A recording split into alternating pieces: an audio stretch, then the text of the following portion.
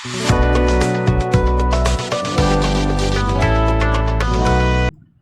Hello guys, this is Manjit and guys, आज के video में हम देखने जा रहे हैं प्रत्यय के बारे में। प्रत्यय में देखने वाले क्या क्या प्रत्यय के प्रकार है आदि।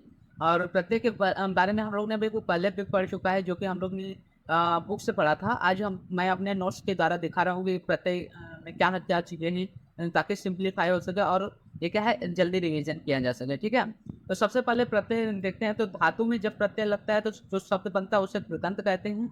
और जब यही शब्द में प्रत्यय लग के जो शब्द बनता है तो उसे तद्धित कहते हैं। ठीक है, तो इस प्रकार से प्रत्यय के दो प्रकार होते हैं, कृदंत और तद्धित। और जब कृदंत तद्धित एक साथ जुड़ते हैं तो उसे समास कहा जाता है। ठीक है, अब देखते हैं कृदंत। तो कृत प्लस अंत, मतलब कृत धातु में जो लगाया हुआ प्रत्यय होता है उसे, धातु से बने हुए प्रत्यय को हम कृदंत कहते हैं। ठीक है, अब कृदंत जो प्रत्यय है उसके 6 प्रकार बताए गए हैं। ठीक है, उसमें सबसे पहले आता है सामान्य कृदंत या फिर सामान्य भाववाचक या कर्तव्यवाचक, जिसमें अलग अलग प्रत्यय होते हैं, वो देखेंगे आगे। वर्तमान कालिक प्रत्यय, फिर उसके बाद भूतकालिक प्रत्यय, भविष्यकालिक प्रत्यय, पूर्वकालिक प्रत्यय और कृत्य या फिर विध्यर्थक कृदंत। ठीक है, तो सबसे पहले हम वर्तमान कृदंत देखते हैं। तो इसमें दो प्रत्यय लगते हैं, शत्रु और सानच। तो शत्रु सानस इस प्रकार से दो प्रत्यय देखने को मिलते हैं। तो शत्रु में हमको अन और अत, इस प्रकार से दो प्रकार के प्रत्यय देखने को मिलते हैं वाक्य रचना में। जैसे अहम खादन खादन गच्छति, तो मैं खाते खाते जा रहा था। ठीक है, तो यहाँ पे खादन खादन, तो यहाँ पे क्या है, अन्न प्रत्यय देखने को। तो अन्न रूप को देखने के बाद हमें ये पता चल जाएगा कि ये शत्रु रूप है, जो कि वर्तमान प्रत्यय, वर्तमान कृदंत का है। ठीक है, तो ये शत्रु रूप है जो कि वर्तमान कृदंत का है।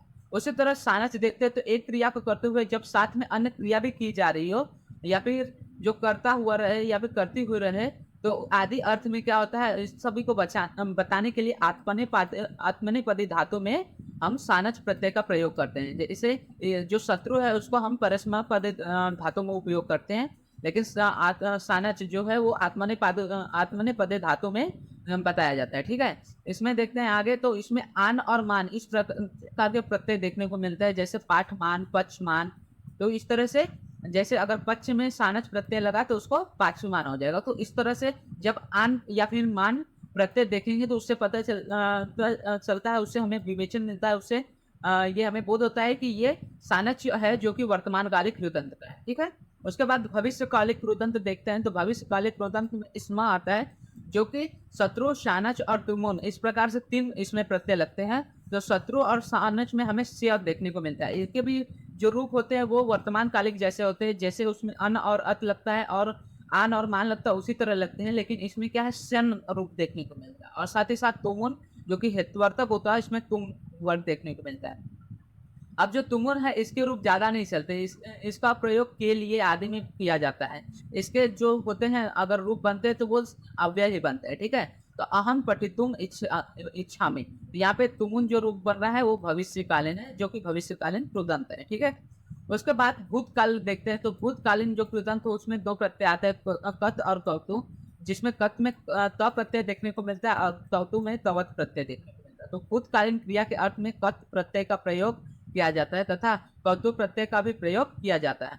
अब कत प्रत्यय कर्मवाच्य और भाववाच्य में होते हैं, और जो कौतु प्रत्यय होता है उसका उपयोग कर्तुवाच्य में किया जाता है। ठीक है, तो क्या है, कर्मवाच्य में और कर्तुवाच्य में होता है। अब इसके क्या होता है, तीनों रूप, मतलब तीनों लिंगों के रूप, नपुंसक लिंग, पुल्लिंग और इस तरह तीनों लिंगों के रूप बनते हैं। जैसे धातु क्या है आपका जन, तो आपका कत प्रत्यय से जात हो जाएगा और तौतो प्रत्यय से जातवान हो जाएगा।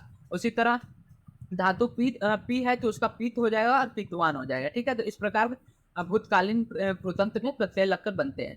उसके बाद पूर्वकालिक देखते हैं। तो पूर्वकालिक कृतंत में दो प्रत्यय आते हैं, तो कत्वा और लेप। तो कत्वा में त्वा प्रत्यय देखने को मिलता है और लेप में यह प्रत्यय देखने को मिलता है। ठीक है, तो कत्वा में क्या देखते हैं कि वाक्य में मुख्य क्रिया से पूर्व किए गए कार्य में पूर्वकालिक को व्यक्त करने के लिए धातु में कत्वा प्रत्यय का प्रयोग किया जाता है। मतलब किसी भी वाक्य में दो क्रिया बताई गई हो तो पहले होने वाली क्रिया को बताने के लिए पूर्वकालिक प्रत्यय का उपयोग में लाया जाता है। स्वगृहम गत्वा पढ़ती, तो इसका जो वाक्य है इसमें जो घर जाने की क्रिया वो पहले हो रही है, उसके बाद पढ़ने के, तो घर जाने की क्रिया को दर्शाने के लिए, मतलब पहले होने वाली क्रिया को दर्शाने के लिए हम पूर्वकालिक प्रत्यय का उपयोग कर रहे हैं। यहाँ पे गत्वा में त्वा प्रत्यय, कत्वा प्रत्यय में त्वा है, जिससे हमें पता चलेगा कि ये पूर्वकालीन कृदंत है। ठीक है, और उसी तरह साथ में वात दोष पक्वासे प्रविष्टि व्याधिन करोते। तो इसमें क्या है कि प्रविष्टि वात दोष शरीर में प्रवेश करके व्याधि करते, ठीक है। तो इसमें क्या हो रहा है, इसमें उपसर्ग देखने को मिल रहा है। जो प्रविष्य है उसमें उपसर्ग देखने को मिल रहा है। तो उपसर्ग जब रहता है तो हमें उपसर्ग के समय पे क्या होता है कि जो लेप प्रत्यय है उसका उपयोग देखा जाता है, ठीक है। तो जहां धातु के पूर्व उपसर्ग लगा हो वहां कत्वा के स्थान पर क्या लेप प्रत्यय का प्रयोग किया जाता है। धातु के अंत में म और न हो तो लोप हो जाता है, आगम में लेप आगत्य हो जाएगा, ठीक है। तो यहाँ पे क्या है, म का लोप हो जा रहा है, ठीक है। उसी के बाद समान या फिर कर्तुरवाची या भाववाच्य प्रत्यय देखते तो उसमें लुट और त्रुच इस तरह से दो प्रत्यय देखने को मिलता है।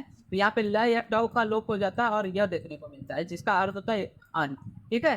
तो लुट प्रत्यय से बने हुए जो नपुंसक लिंग में कलम आदि के समान ही चलते हैं, जैसे क्रीड में लुट लगे तो क्रीडा नाम हो गया, ठीक है। और दूसरा नुल प्रत्यय लगता है, नुल इसका प्रयोग क्या होता है, कर्ता के अर्थ में होता है, ठीक है। तो नुल में वो के स्थान पे अप हो जाता है, यहाँ पे क्या होता है अक प्रत्यय लगता है। और जो हम लोग ने पहले देखा ल्यूट उसमें यू का प्रयोग की जगह पे अन हो जाता है, ठीक है। तो वहां पे अन हो जाता है और नूल में अक हो जाता है। न्यूल प्रत्यय लगने पर क्या होता है, धातु के अंत में स्थित स्वर की वृद्धि हो जाती है और उपधा स्थित लघु वर्ण का गुण हो जाता है। जैसे क्रू में नूल लग गया तो कारका हो गया, उसी तरह अक लग जाता है ना। और उसी तरह क्रीडक में नूल लग गया तो क्रीडका हो गया। उसी में अगर आपको ये प्रत्यय पहला प्रत्यय ल्यूट लग गया तो वो क्रीडनम हो जाएगा, ठीक है। उसके बाद देखते हैं विद्यार्थक। तो विद्यार्थक में दो प्रत्यय देखते हैं, एक तबियत और एक अनियर, ठीक है। तो तबियत और अनियर ये क्या है, तीनों लिंगों में चलते हैं। तबियत प्रत्यय में क्या होता है, कर्ता में तृतीया तथा कर्म में द्वितीया का प्रयोग, कर्म में प्रथमा विभक्ति का प्रयोग होता है तथा क्रिया के अनुसार कर्म के अनुसार ही क्रिया चलती है, ठीक है।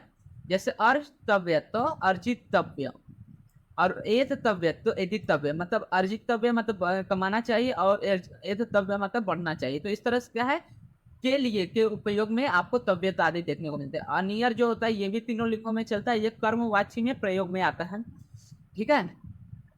और इसमें देखते हैं उदाहरण, तो अर्ज प्लस अनियर तो अर्जनीय हो जाएगा, इच्छ प्लस अनियर तो इच्छनीय हो जाएगा, क्रू प्लस अनियर तो कर्मनीय हो जाएगा, ग्रू प्लस अनियर गृहणीय हो जाएगा। तो इस प्रकार निय आदि देखने को मिलता है, ठीक है। तो यहाँ तक हमारा था प्रत्यय। प्रत्यय आज हमारा पूरा खत्म होता है। इसमें हम लोग ने कृदंत प्रत्यय के 6 प्रकार देख लिए, जिसमें हम लोग ने उनके जो प्रत्यय लगते हैं तथा प्रत्यय में कौन से रूप दिखाई देते हैं आदि के बारे में हम लोग ने पढ़ा, ठीक है। तो आज हमारा प्रत्यय जो टॉपिक है वो समाप्त होता है, आगे हम देखेंगे नेक्स्ट टॉपिक, ठीक है। आज के वीडियो के लिए बस इतना ही।